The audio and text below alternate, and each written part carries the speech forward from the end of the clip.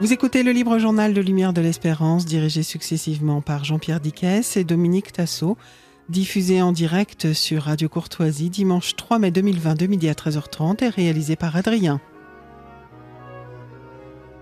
N'oubliez pas que Radio Courtoisie est une radio culturelle associative. Afin de sauvegarder une indépendance absolue, Radio Courtoisie refuse toute ressource publicitaire. Radio Courtoisie ne vit que grâce à ses auditeurs. Aidez-nous à demeurer libres. Rendez-vous sur soutenir.radiocourtoisie.fr et accédez à l'ensemble de nos archives à partir de 5 € par an. Vous pouvez intervenir au cours de cette émission par courrier électronique à courtoisie@radiocourtoisie.fr. Vous écoutez la seconde partie du libre journal de Lumière de l'Espérance. Dominique Tassot, bonjour, c'est à vous. Bonjour chers auditeurs. Donc nous sommes sur le pied de guerre, en ce sens que le confinement nous oblige à ne plus être en studio. Mais nous interrogeons cette année Monsieur Emmanuel Ancet. Emmanuel Ancet, est-ce que vous m'entendez ? Oui, je vous entends. Très bien, voilà. Donc, vous êtes informaticien et vous venez d'écrire un livre sur Jonas, le prophète Jonas. Et c'est évidemment la raison pour laquelle, d'une part, j'ai tout de suite été intéressé par ce livre. Je dois dire que je l'ai lu 2 fois. La première fois, c'était une relecture sur un PDF, sur une relecture informatique, c'était puisque vous aviez voulu me soumettre ce livre. Et je l'ai lu une 2e fois, évidemment, quand il a été imprimé. Et je dois dire que c'est quand même beaucoup plus agréable d'avoir un vrai livre imprimé à consulter et de pouvoir aller d'une page à l'autre, etc.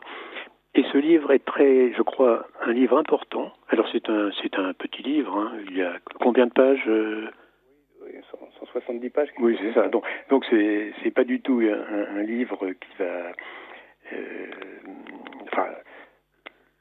va être long, va être pénible à lire, etc.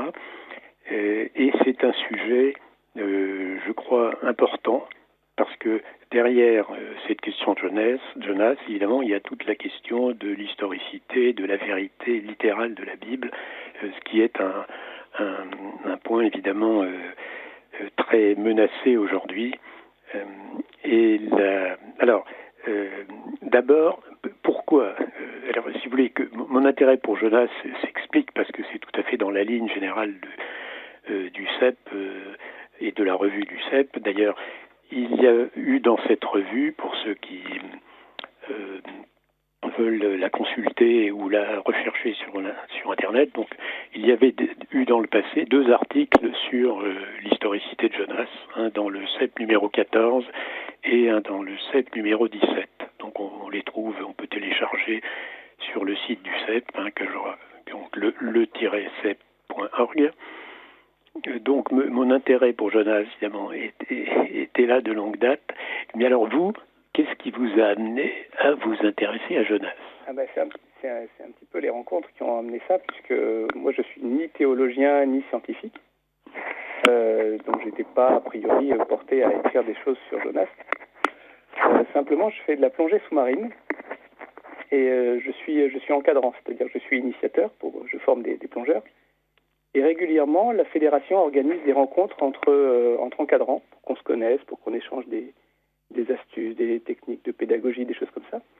Et c'est au cours d'une de ces rencontres que j'ai fait la connaissance d'un plongeur, un ancien plongeur de la Calypso, de l'équipe Cousteau, qui s'appelle François Sarano, et qui plonge régulièrement depuis des années au large de l'île Maurice avec des cachalots.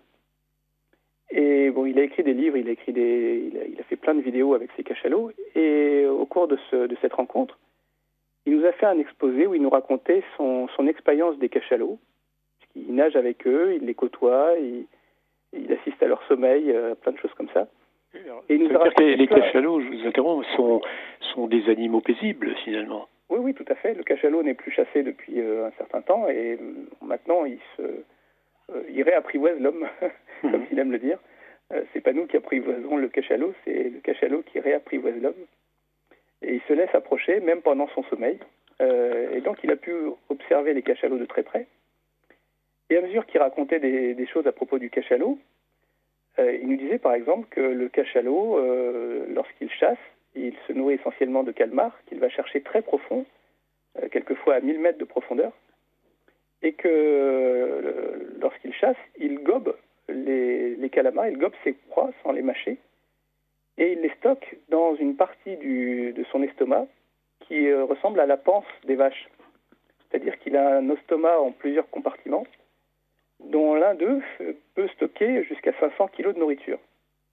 Et donc le cachalot remonte à la surface avec ses proies stockées, avalées, toutes vivantes dans cette poche. Et là, en surface, va avoir lieu une étape de fermentation, en quelque sorte, avant que la nourriture passe dans le deuxième compartiment où se trouvent les sucs digestifs. Ah oui, c'est-à-dire que la digestion ou le début de digestion se fait en surface, elle ne se fait pas en profondeur. C'est ça, oui. En fait, il plonge pour chasser et ensuite il digère. Et donc, en fait, il y a un point commun avec la vache qu'on connaît bien. La vache, en fait, elle va brouter et ensuite elle va régurgiter dans sa bouche l'herbe qu'elle a avalée. Et elle va mâcher lentement cette herbe. C'est pour ça qu'on voit les vaches ruminer.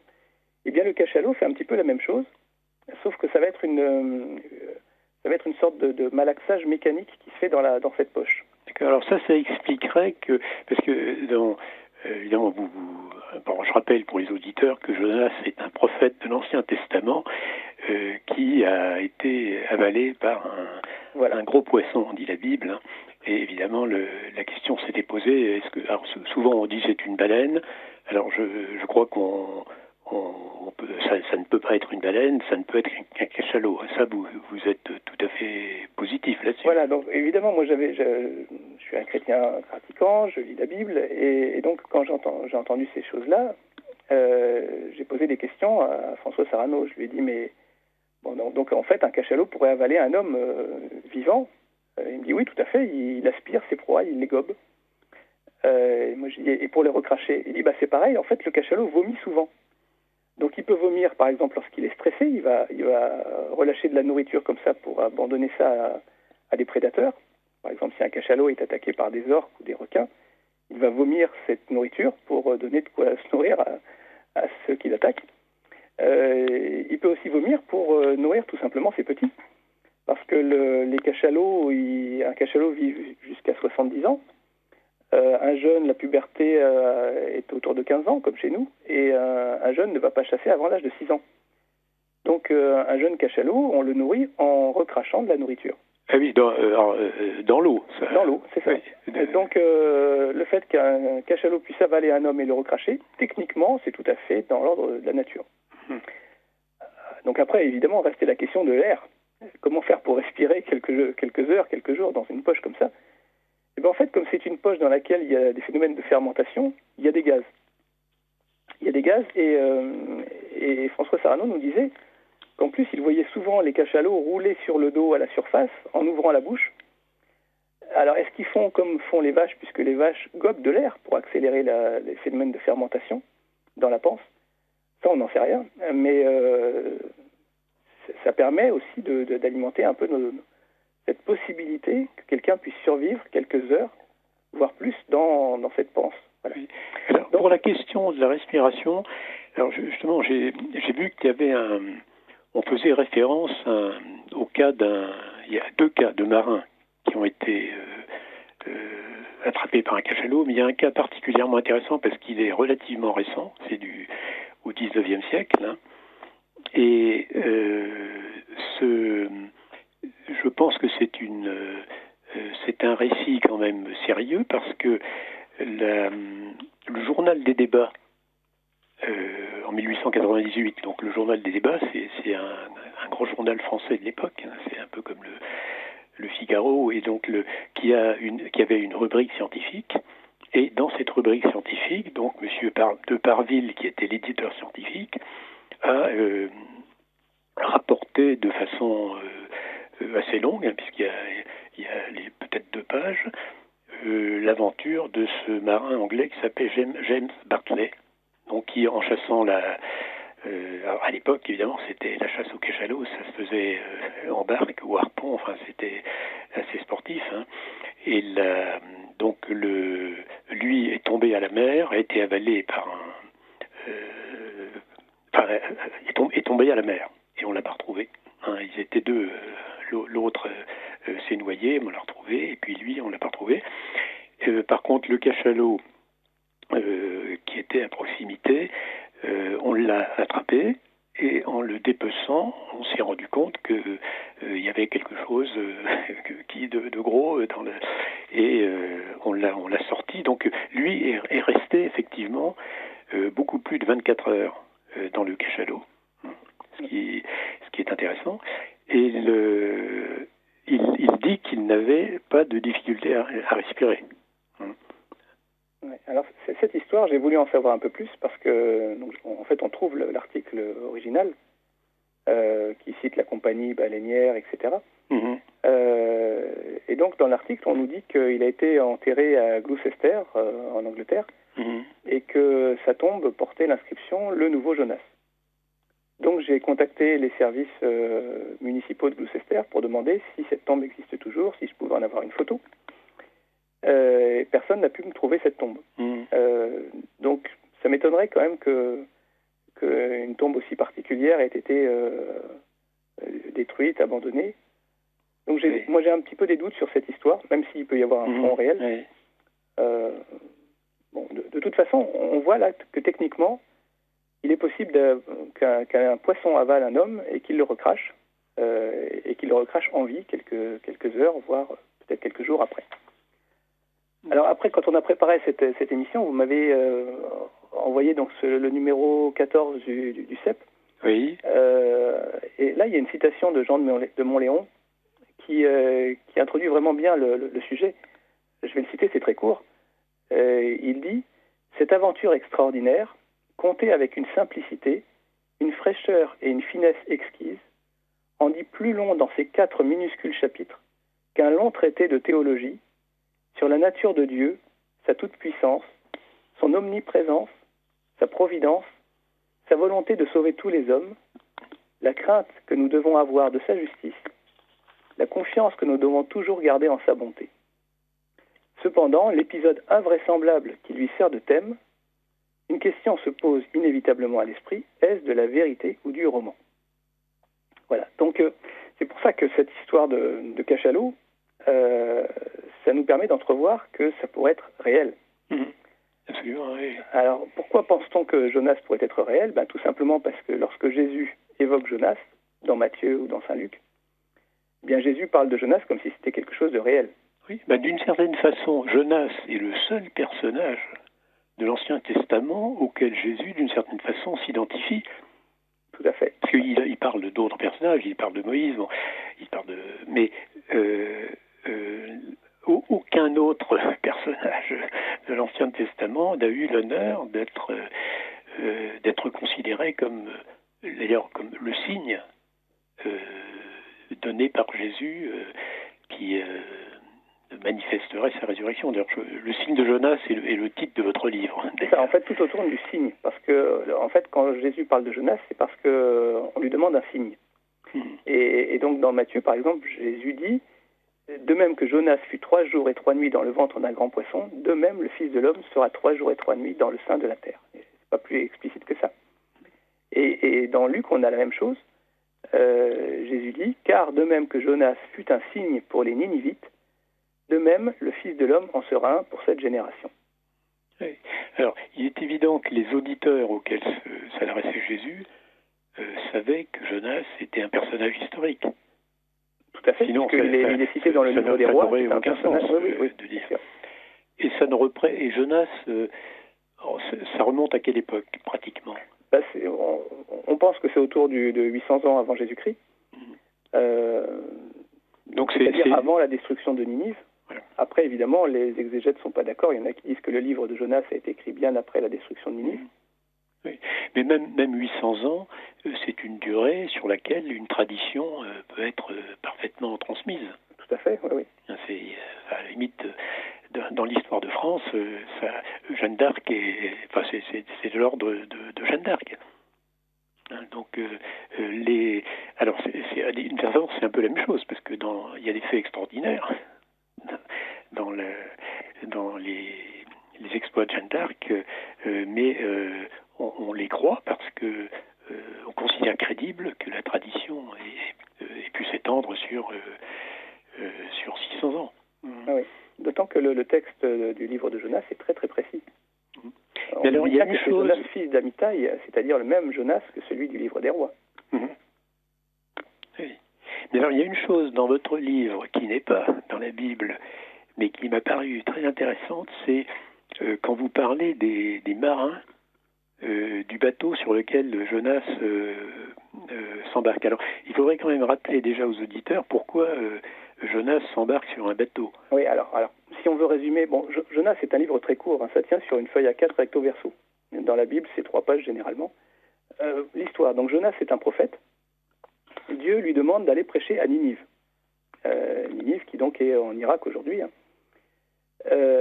Jonas n'obéit pas et il prend la direction opposée et il s'embarque sur un bateau en direction de Tarsis. Survient alors une tempête inexplicable. Alors Tarsis, c'est-à-dire... On va y venir. Oui. Donc là, à ce moment-là, survient une tempête inexplicable. Les marins jettent la marchandise par-dessus bord pour éviter de chavirer. Ils finissent par jeter à la mer Jonas parce que Jonas leur dit que c'est à cause de lui qu'il y a la tempête. La tempête se calme immédiatement et le texte nous dit que les marins offrent alors un sacrifice à Yahvé et qu'ils font des vœux. On y viendra aussi. À ce moment-là, Jonas est donc jeté à la mer, il ne sait pas nager, il coule, il est avalé par un gros poisson. Ensuite, on a un poème qu'on appelle le poème de Jonas, qui rappelle le psaume 129 des Profundis. Ensuite, le poisson va libérer Jonas 3 jours après, près du rivage. À ce moment-là, Dieu demande à nouveau à Jonas d'aller prêcher à Ninive. Et cette fois-ci, Jonas obéit. Il va à Ninive. Et là, la ville le croit. Et ça, c'est pour moi le plus grand miracle, en fait. C'est qu'une ville comme Ninive puisse se convertir simplement parce qu'un Hébreu vient dire « convertissez-vous ». Donc la ville le croit, elle fait pénitence. Le texte nous dit même que le roi va publier un décret pour obliger les gens à faire pénitence. Et au bout de 40 jours, Dieu ne détruit pas la ville. Et à ce moment-là, arrive encore un autre chapitre dans lequel on voit que Jonas reste à proximité de la ville pour voir ce qui va se passer. Autrement dit, pour voir si Dieu ne va pas quand même détruire la ville à la fin. Et à ce moment-là, il y a un arbre qui pousse, un ricin, qui va rendre Jonas heureux. Jonas est heureux de voir ce ricin pousser soudainement. Alors, le lendemain, le ricin meurt. Le ricin, je me permets de vous interrompre parce que le ricin, c'est un épisode très intéressant, mais qui arrive à la fin. Oui. Et je pense qu'il vaudrait mieux pour les auditeurs reprendre voilà, on va suivre le fil chronologique. Le cœur de la chose, oui.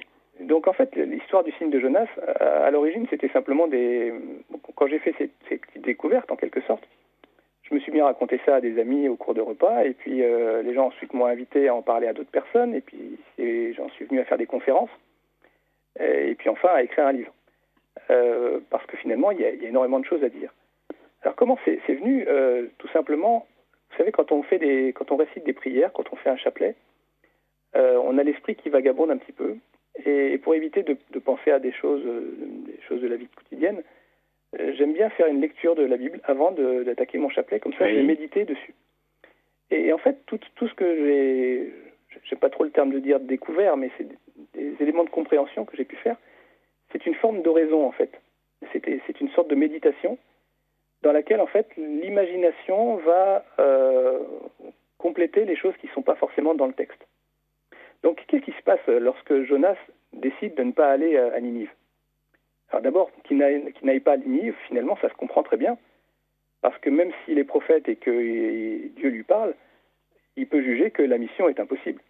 Parce que Ninive, c'est loin, c'est une population qui est polythéiste, qui n'a aucune raison de vouloir croire dans le Dieu des Hébreux.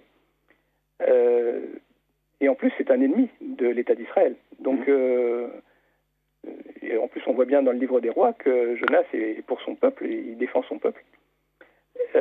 Donc, il a objectivement une raison de ne pas aller convertir Ninive. Donc, Jonas prend la décision de s'embarquer sur un bateau et d'aller à Tarsis. Donc, comme vous l'avez dit, Tarsis, où c'est Tarsis? Ça apparaît plusieurs fois dans la Bible. On pense que Tarsis, ça serait au niveau de Gibraltar, ça serait l'extrémité de la mer Méditerranée. Il y a plusieurs arguments en faveur de cette localisation-là. Et donc, Jonas s'embarque à Joppé. Joppé, c'est Jaffa aujourd'hui, en direction de Tarsis. Et donc, il y a une bonne description du navire. Allô, vous m'entendez ? Oui, je vous entends, bien sûr. Oui. J'ai eu un petit bruit. Il y a une bonne description du navire. Quand le navire est décrit, on le décrit très précisément en disant qu'il a des rames, etc. Donc on identifie ça très bien avec le Golos, qui est le bateau qu'utilisaient les Phéniciens. C'est un bateau à fond quasiment plat, qui était fait pour pouvoir remonter les rivières. Par exemple, on remontait le Nil. Donc lorsque les Phéniciens suivaient leur route commerciale, ils partaient de Byblos, au Liban, et ils descendaient à Jaffa, à Gaza, et puis après ils remontaient le Nil jusqu'à Memphis. Et puis ensuite ils longeaient les côtes, ils s'arrêtaient à Cyrène pour aller jusqu'à Tingis ou Tartous. Donc voilà, c'était une ligne qui est complètement à l'opposé de la direction de Ninive. Oui, on part complètement à l'ouest. Oui, le prophète Jonas essaye d'échapper à sa mission. Enfin, c'est ça. Ouais. C'est bien connu. Et donc à ce moment-là survient la fameuse tempête, et le texte nous dit que chacun des marins prie son Dieu. Donc on comprend que ce sont bien des Phéniciens, tout le monde à bord est polythéiste, mais aucun des dieux des marins ne fait cesser la tempête. Voilà. Et le texte nous dit que Jonas, pendant ce temps-là, il dort. Exactement comme Jésus dort dans le bateau. Il y a beaucoup de points communs entre Jésus et Jonas. On l'a pas dit, mais ils sont galiléens tous les deux. Jonas, comme Jésus, va aller prêcher aux païens. Il y a beaucoup de choses à dire sur les points communs entre Jésus et Jonas. Bref, à ce moment-là, donc, on a les marins qui vont finir par jeter Jonas à la mer, parce que Jonas leur dit que c'est à cause de lui qu'il y a cette tempête. Et là, le texte nous dit que la tempête cesse et que les marins décident d'offrir un sacrifice à Yahvé, de faire des vœux. Et ça, comme vous le disiez, c'est là où mon esprit un petit peu a vagabondé, parce que je me suis dit, offrir un sacrifice à Yahvé, à l'époque, un dieu, ça s'honore uniquement dans son temple. C'est pas comme aujourd'hui. Aujourd'hui, on prie Dieu partout. Je peux prier Dieu à la maison, je peux faire des sacrifices à Jésus à la maison, faire des offrandes. À l'époque, dans l'Antiquité, les dieux sont associés à un lieu ou à un objet. On en a une bonne illustration, ça, dans Samuel, lorsqu'il y a la bataille avec les Philistins. Vous savez, quand les Hébreux amènent l'arche d'alliance sur le champ de bataille, et il y a les Philistins qui disent « Dieu est arrivé au camp des Hébreux. Malheur à nous, les choses ont bien changé. Qui nous délivrera de la main de ce Dieu puissant ?» Donc en fait, le Dieu est associé à un objet, donc l'arche d'alliance. Et puis surtout, le sacrifice doit être fait par un prêtre. C'est ça, ils ne peuvent pas le faire eux-mêmes. Il n'y en a pas partout. Ouais. Donc mon hypothèse, à ce moment-là, c'est de me dire que, comme le texte nous dit que la tempête s'est levée tout de suite après, ils sont peut-être pas très éloignés de Gaza, et donc ils ont pu aller accoster sur la plage. En plus, le bateau a sûrement été abîmé. Ils ont jeté leur cargaison, on nous dit qu'ils ont jeté leur marchandises. Donc il paraît logique que les marins soient allés à Jérusalem, au temple, offrir leur sacrifice, et puis justifier qu'ils aient perdu leur marchandise, parce qu'on pourrait les accuser d'avoir volé la marchandise aussi. Donc ça me paraissait logique que les marins aillent là-bas. Et donc, imaginons des marins qui font quelques jours de marche, qui se rendent donc à Jérusalem, qui racontent leur histoire, qui leur disent, voilà, on avait à bord un homme qui s'appelait Jonas, et qu'on a jeté par-dessus bord. Et qui nous a dit qu'il avait pour mission d'aller convertir Ninive. Alors c'est ce qui est évidemment intéressant dans l'histoire de Jonas, c'est que, vous l'avez dit d'ailleurs, c'est que comme Jésus, sa mission, ce n'est pas une mission spécifiquement pour Israël, même si Jésus évidemment n'a prêché qu'à Israël, mais c'est une mission pour l'ensemble de l'humanité, et Jonas est le prophète qui agit aussi bien en Israël et chez les gentils. Alors, comme le temps passe, nous n'avons plus qu'un quart d'heure. Hein, oui, il faudrait revenir sur quelques points importants que vous avez trouvés. Alors, il y a déjà dans le ventre du poisson, et ça, le marin anglais Bartley le disait, parce que lui, il dit qu'il fait 40 degrés dans la panse, donc que c'est une température tout à fait supportable. Par contre, il y a les sucs gastriques et qui lui ont donné un aspect tout à fait différent du commun des hommes.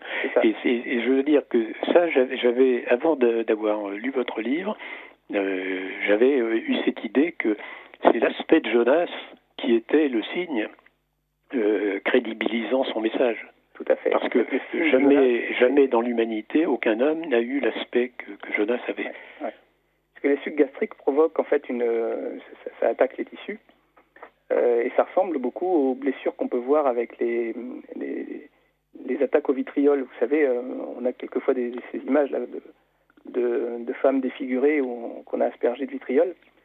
C'est des blessures qui sont différentes des blessures de la flamme. Parce qu'en fait, les chairs fondent. C'est-à-dire que les gens perdent les cheveux, perdent les sourcils, les oreilles fondent, le nez fond. Et donc, une personne qui baigne dans des sucs gastriques, même s'il n'y en a pas dans la poche à proprement parler, il baigne un petit peu dedans quand même. Et donc, Jonas est défiguré, il a la peau à vif en quelque sorte, puisque la peau commence à être attaquée. Et il y a une autre chose qui m'a marqué, c'est le fait que dans le ventre du cachalot, on trouve de l'ambre gris. L'ambre gris, c'est une huile que sécrète le ventre du cachalot qui concrétionne au contact des choses solides. Ça sert en fait à transformer les becs de calamar en balles de manière à ce que le cachalot puisse les avaler ou les régurgiter sans se blesser. Parce que le bec de cachalot, le bec de calamar, ne va pas être dissous par les sucs gastriques. C'est d'achitine. C'est trop dur. Oui. C'est dur et tranchant. Et donc les gens dans l'Antiquité connaissaient très bien l'ambre gris, parce qu'en fait, lorsque le cachalot vomit ces balles, ce sont des balles qui flottent et qu'on retrouve sur les plages. Et comme c'est une graisse, ça brûle. Et on utilisait l'ambre gris pour offrir, c'est quelque chose de très précieux, on utilisait ça comme encens pour les divinités de l'Antiquité. Et c'est encore utilisé aujourd'hui. Il y a des Chinois, j'ai une amie chinoise qui m'a dit qu'on utilise toujours en Chine de l'ambre gris. C'est des grandes familles qui utilisent ça parce que ça coûte très très cher. C'est utilisé comme encens. Donc on imagine notre Jonas qui va sortir du cachalot, défiguré avec un aspect très particulier, et qui va être couvert d'ambre gris, ou en tout cas qui va avoir l'odeur de l'ambre gris, que les gens connaissent bien à l'époque, puisque c'est une odeur caractéristique d'une offrande faite pour les dieux. Donc, imaginons Jonas qui sort du cachalot 3 jours plus tard, ce qui est aussi plausible qu'il soit rejeté près du rivage, parce qu'un mammifère marin qui est malade, ou qui sent qu'il a quelque chose qui ne passe pas bien, comme il a besoin de respirer, il a tendance à aller près du rivage pour s'appuyer sur quelque chose. Donc, c'est aussi possible physiologiquement que le cachalot qui sent qu'il y a quelque chose qui bouge en lui, et qu'il est recraché près du rivage. Voilà. Alors donc, Jonas, évidemment, débarque. Là, évidemment, il comprend qu'il est condamné à assumer sa mission. C'est ça. Et son aspect fait que, évidemment, sa réputation le précède à Ninive, et ce qui explique qu'en un jour, les faits soient obtenus. C'est ça. En fait, l'idée, c'est que sa réputation l'aurait précédé. S'il est allé à Jérusalem tout de suite après, donc quelques jours après que les marins eux-mêmes aient raconté fait ce récit, eh bien, tout le monde va croire au récit de Jonas. Et donc, on peut imaginer que Jonas va être porté dans une caravane jusqu'à Ninive pour qu'il aille accomplir sa mission. Alors, il y a une chose intéressante, parce que il faut parler du ricin, parce que c'est important. Ouais. Donc, cet aspect, il a comme une chair brûlée, enfin, c'est comme une brûlure,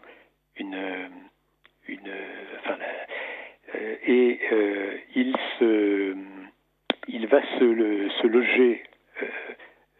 Ninive donc décide un jeûne public, des pénitences, etc. et lui va se mettre sur une colline à proximité de la ville pour regarder ce qui se passe. Voilà, et on nous dit une colline à l'est, et ce qui est vrai, puisqu'il y a effectivement quand on regarde sur Google Earth, on voit bien qu'il y a une colline à l'est de Ninive, qui monte à 300 mètres d'altitude, donc on a une très bonne vue sur la ville, sans être très éloigné.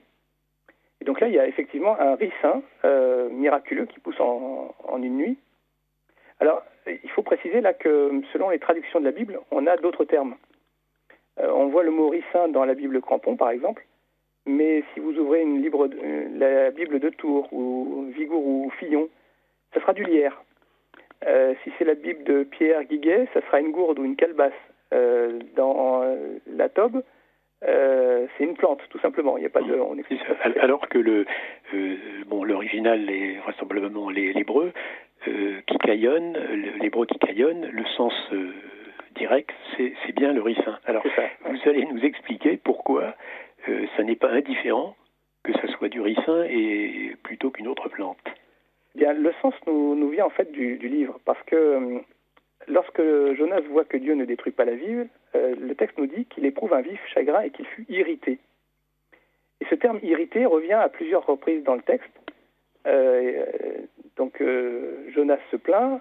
Jonas dit « Yahvé, retirez donc de moi mon âme, car la mort vaut mieux pour moi que la vie. » Et Yahvé répond « Fais-tu bien de t'irriter ?» On a ce terme-là qui revient souvent. Et on nous dit que cet arbre-là, Jonas est heureux parce que ça lui fait de l'ombre. Alors évidemment, si on pense que Jonas est brûlé, évidemment, l'ombre a du sens. Parce qu'on nous dit même qu'il s'est fait une hutte pour s'asseoir dessous à l'ombre. Voilà. Et Jonas éprouve une grande joie lorsqu'il voit le ricin. Et le texte nous dit il y eut de l'ombre sur sa tête afin de le délivrer de son mal. Donc on comprend bien que l'ombre, il a besoin d'ombre, parce qu'en fait, il est brûlé à vif. Mais le ricin, c'est un arbre dont on tire du fruit une huile, qu'on appelle l'huile de ricin, ou l'huile Palma Christi, qui est le nom latin du ricin. Et l'huile de ricin, ça contient de la vitamine E, c'est bien connu de beaucoup de gens qui ont souffert de brûlures, parce qu'elle a des propriétés thérapeutiques. En fait, l'huile de ricin soulage les affections de la peau, ça nourrit, ça cicatrise. On l'utilise contre les irritations, justement, pour les peaux sèches, les peaux abîmées. Ça active aussi la pousse des cheveux. Donc si un ricin a poussé miraculeusement, Jonas peut tout à fait croire, s'il connaît les propriétés de l'huile de ricin, que les fruits de cet arbre miraculeux vont lui rendre la santé. Alors c'est très intéressant, parce que beaucoup de traducteurs de la Bible, beaucoup d'exégètes, donnent à ce verbe irriter plutôt un sens moral. Oui. En disant, évidemment, Jonas n'est pas content parce que les Ninivites, qui sont les ennemis d'Israël, ne vont pas être détruits, etc. Enfin, il a toutes sortes de raisons, évidemment. Et puis, évidemment, il y a son donc il est irrité. Mais alors là, j'ai vérifié quand même, aussi bien dans l'hébreu que dans le grec, le mot qui est utilisé dans la Bible peut très bien se prendre en un sens matériel, comme l'irritation. Et il y a même un exemple qui est tiré de Xénophon dans le dictionnaire grec, où on parle d'un soldat qui est irrité par sa cuirasse, donc qui le gratte. Et donc il ne faut pas refuser le sens littéral le plus matériel par principe, parce que considérant que le sens littéral ça n'a pas d'intérêt. Non, le sens littéral il a un intérêt parce que c'est sur lui que se fondent tous les autres. Et donc ce qui est extraordinaire dans le cas du ricin, c'est de voir à quel point de s'intéresser à ce mot précis de ricin colle avec l'histoire et ne nuit absolument pas à tout l'enseignement de toutes sortes que l'on peut tirer, bien sûr, y compris l'enseignement moral du livre de Jonas.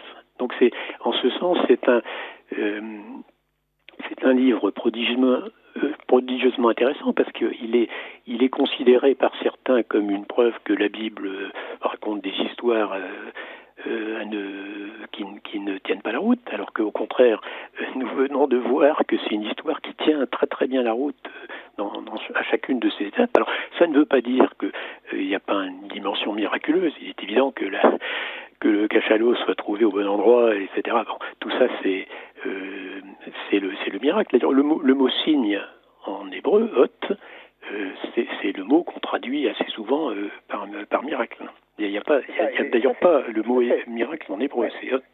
En fait, même le terme grec de séméion, qui veut dire signe dans la Septante, séméion, ça veut dire tout ça, c'est-à-dire un signe, une marque, un témoignage, un prodige, une preuve et une signature. Donc on a à la fois dans l'hébreu, dans le français et dans le grec, ce terme-là de signe qui veut dire plein de choses et qui veut dire aussi des signes tangibles. Et c'est là que j'en viens dans mon livre à parler du suaire, parce qu'en fait, on pourrait dire que le signe de Jonas, ce sont les stigmates de Jonas, et si on rapporte ça à Jésus, le signe qui prouve que Jésus est le Christ, c'est le signe de sa résurrection, et ce sont les stigmates qui apparaissent sur le linceul. Voilà, donc il est marqué dans sa chair, comme Jonas a été marqué dans sa chair. Tout à fait. Donc ça fait encore une dimension supplémentaire de ce parallélisme étonnant, puisque Jésus est l'obéissant parfait et Jonas est le désobéissant parfait, mais qui finit par obéir. Donc il y a évidemment une différence entre les deux, mais en même temps il y a des rapprochements extrêmement précis qu'on peut faire. Effectivement, et vous parlez à la fin de votre livre vous faites ce rapprochement avec le linceul de Turin qui est évidemment très important. Mais je pense que le message principal qu'il faudrait faire passer, c'est que on fait fausse route en exégèse quand on néglige le sens littéral sous prétexte que l'important c'est le sens spirituel. Il est évident que le but de l'écriture sainte, c'est le message spirituel. Mais ce but est d'autant mieux atteint qu'il s'appuie sur un sens littéral, et d'autant que ce sens littéral, il est parlant. Enfin, l'homme de la rue n'est pas forcément, spontanément attiré par les choses spirituelles. Donc, il faut le prendre par des choses matérielles, et c'est pour ça que le signe, le miracle, c'est un signe matériel.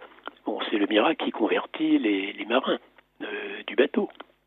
Et c'est cet état miraculeux de Jonas qui fait que les habitants de Ninive se convertissent.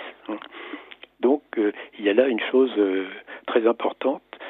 Et je vous remercie, Emmanuel, assez d'avoir fait ce travail et publié ce livre. Alors justement, comment fait-on pour se le procurer ?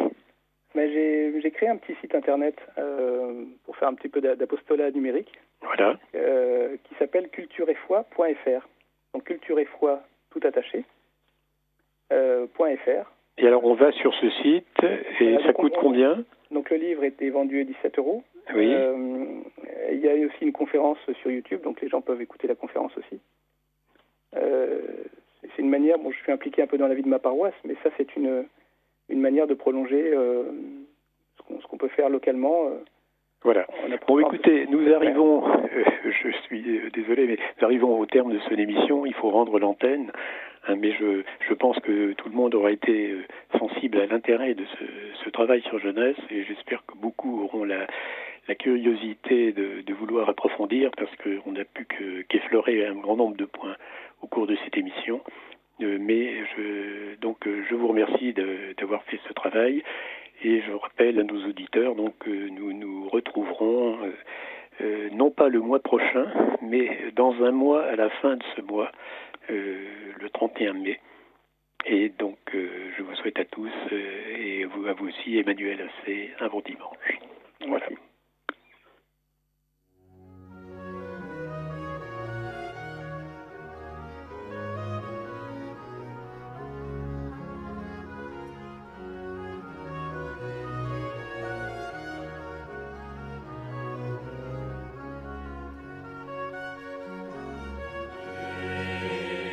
Vous venez d'entendre le libre journal de Lumière de l'Espérance, dirigé par Jean-Pierre Dickès, diffusé en direct sur Radio Courtoisie, dimanche 3 mai 2020 de midi à 13h30 et réalisé par Adrien.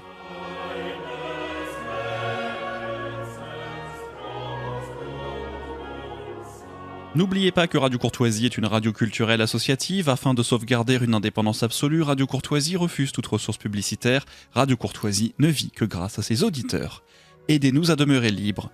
Rendez-vous sur soutenir.radiocourtoisie.fr et accédez à l'ensemble de nos archives à partir de 5 € par an. Si vous le désirez, nous pouvons vous faire parvenir un enregistrement de ce libre journal. Commandez le CD-ROM pour le prix franc de port de 9 € ou 6 € seulement si vous êtes adhérent de notre association.